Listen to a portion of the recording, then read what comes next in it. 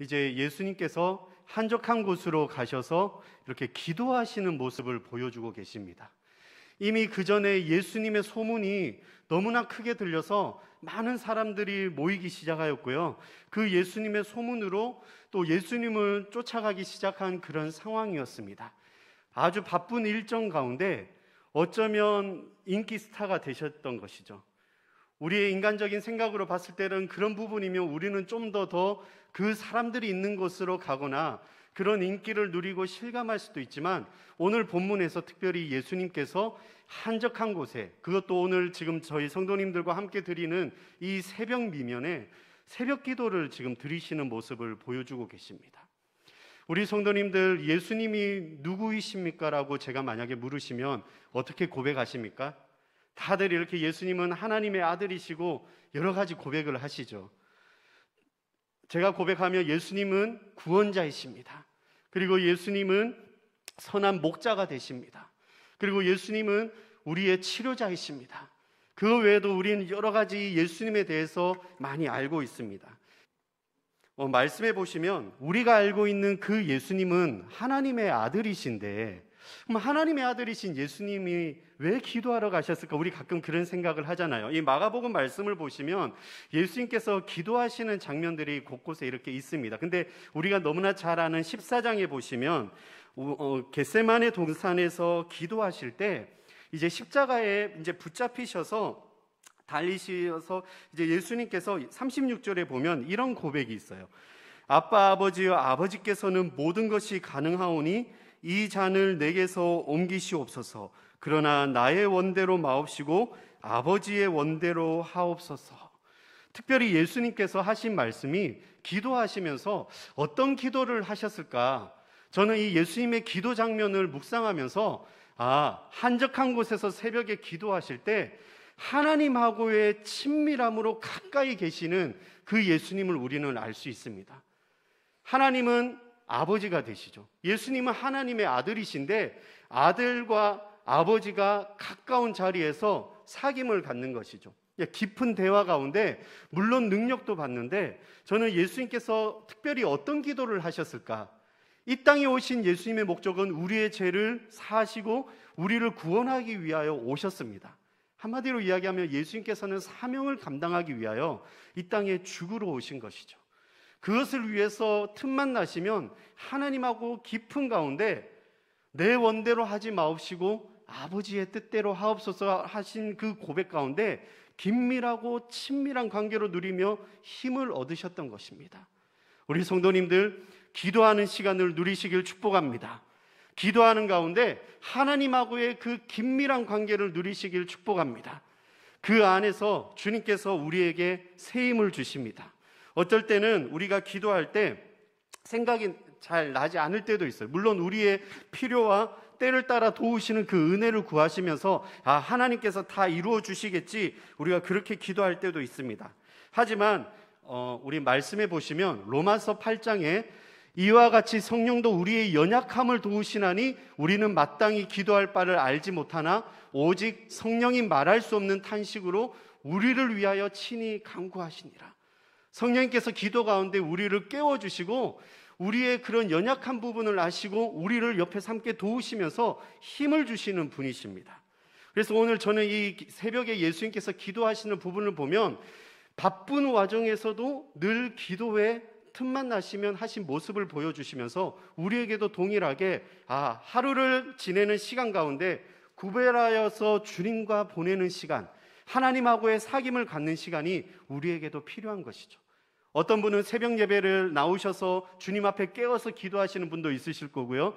어떤 분은 운전하시면서, 또 어떤 분은 직장에 처음 출근하셔서, 또 어떤 분은 가정에 있으면서 구별하여서 이 시간은 내가 하나님하고 만나는 시간이야, 그렇게 고백하시는 성도님들이 많이 있으십니다.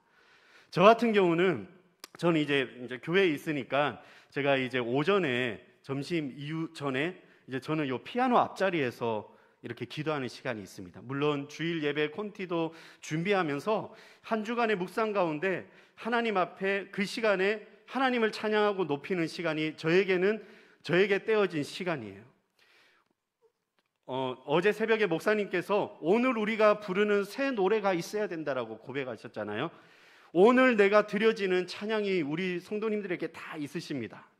길을 여시는 하나님, 큰 기적을 내시는 하나님, 어둠의 세력을 물리치시고 빛으로 오신 하나님, 못 볼 때도 역사하시고 행하시는 그 하나님은 이런 분이십니다. 우리가 자랑하고 높일 수 있는 것은 그 긴밀한 관계 가운데 성령님의 도우심과 함께 내가 더 힘이 나고 더 단단해지는 그 은혜의 시간인 것이에요.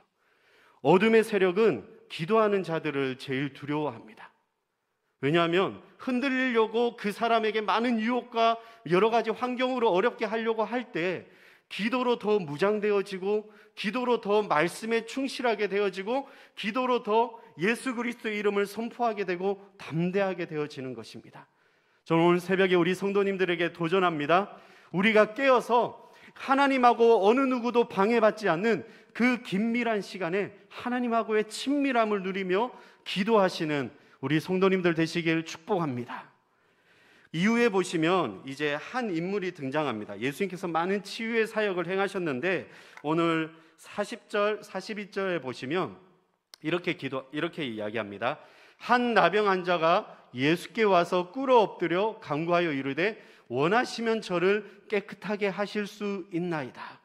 예수께서 불쌍히 여기사 손을 내밀어 그에게 대시며 이르시되 내가 원하노니 깨끗함을 받으라 하시니. 한 나병 환자가 등장합니다. 이 사람이 누구죠? 우리가 알고 있는 문둥병자죠. 오늘날로 이야기하면 한센병을 가진 사람입니다.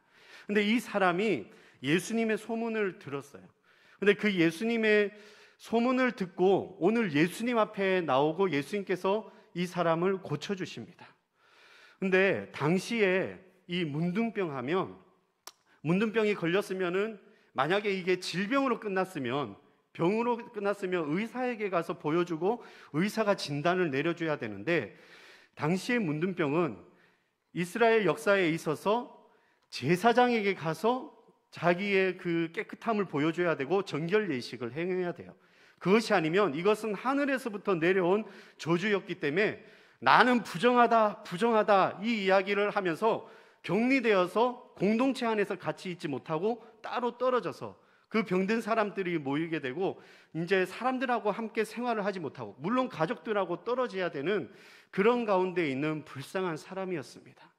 레위기에 보면 이제 여러 가지 정결 예식을 행하면서 이 문둥병자에 대한 이야기가 있습니다. 그것이 뭐냐면, 만일 사람이 그의 피부에 무엇이 돋거나 뾰루지가 나서 색점이 생겨서 그의 피부에 나병 같은 것이 생기거든 곧 제사장에게, 아론에게나 그의 아들 중 제사장에게 데리고 가야 되고요. 그리고 그 피부의 병을 진찰하고 한 부의 털이 휘어졌고 한 부가 피부보다 우목하여졌으며 나병의 한 부라 제사장이 그를 진찰하여 그를 부정하다 할 것이고, 당시에 제사장에게 이것을 보여주고 만약에 이게 문둥병이면 그것을 격리시켜서 이 사람은 이제 부정한 사람, 그리고 자신도 나는 부정하다라고 사람들이 가까이 오지 못하도록 외쳐야 되는 것입니다. 단지 병으로서 판명받은 것이 아니라 그의 인생이 한마디로 말하면 끝난 인생이죠. 이제 더 이상 함께할 수 없는 그 공동체에서 떨어져 나가서 외로운 인생, 어떻게 보면은 내가 앞으로 살아갈 수 있을까라는 소망과 희망이 보이지 않는 그러한 인생입니다. 근데 오늘 그 문둥병자가 이제 예수님의 소문을 듣고 오늘 말씀해 보시면 꿇어 엎드려 간구합니다. 근데 저는 이 말씀을 묵상하면서 다른 병자를 고쳐주는 것보다 좀 마음에 이렇게 와닿는 부분이, 원하시면 저를 깨끗하게 하실 수 있나이다. 어떻게 보면 급해서 주님 저를 좀 고쳐주셔야 되는데 그런 긴박함과 간절함이 있을 것인데, 그것보다는 좀 더 정중한 표현으로 예수님 앞에 다가옵니다. 근데 우리가 이걸 잘 상상해 보시면 당시에 예수님을 쫓아가는 많은 군중들과 무리들이 있어요. 근데 나는 문둥병자예요. 내가 만약에 저 무리들이 있는 곳으로 가게 되면 분명히 돌에 맞아 죽을 것입니다. 근데 이 사람은 이제 예수님께서 어떤 일을 행하는지 소문으로도 들었고요. 이 똑같은 말씀이 마태복음 8장에 산상수훈이 끝난 이후에 바로 산에서 내려올 때 나병 환자가 마태복음 8장에도 등장합니다. 어쩌면 이 사람은 그것을 단지 소문으로 여긴 것이 아니라 저분이면 나를 고쳐주시겠지.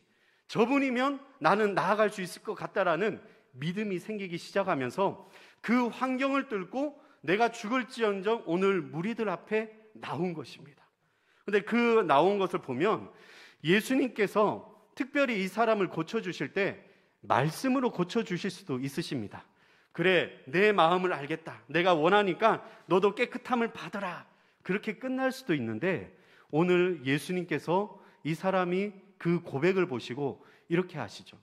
41절에 보면 불쌍히 여기시고 손을 내밀어 그 문둥병자에게 대십니다. 그리고 내가 원하노니 깨끗함을 받으라. 당시에 랍비 문서에 보면 나물 그늘 안에 문둥병자가 있고 만약에 옆에 누군가가 있으면 그 사람도 같이 부정하다라고 이렇게 판명을 내려요. 그러니까 함께 있을 수 없고 만질 수도 없는데 율법으로는 만지지 못하지만 우리 예수님은 문둥병자를 만지십니다. 근데 그 만졌을 때 어떤 일이 일어나죠? 회복이 일어나는 것이죠. 오늘 저와 우리 성도님들에게 내가 자격이 없고 연약하고 나의 고집과 아집과 여러 가지 모습들이 내 안에 있고 주님 앞에 나가기에 자격 없는 모습도 있지만 우리의 있는 모습 그대로 주님께서 받으시고 우리를 만지시고 그 만지심 가운데 회복과 기적의 역사가 일어나는 것입니다. 나를 고치시고 나를 만지시는 그 주님을 기대하시길 축복합니다.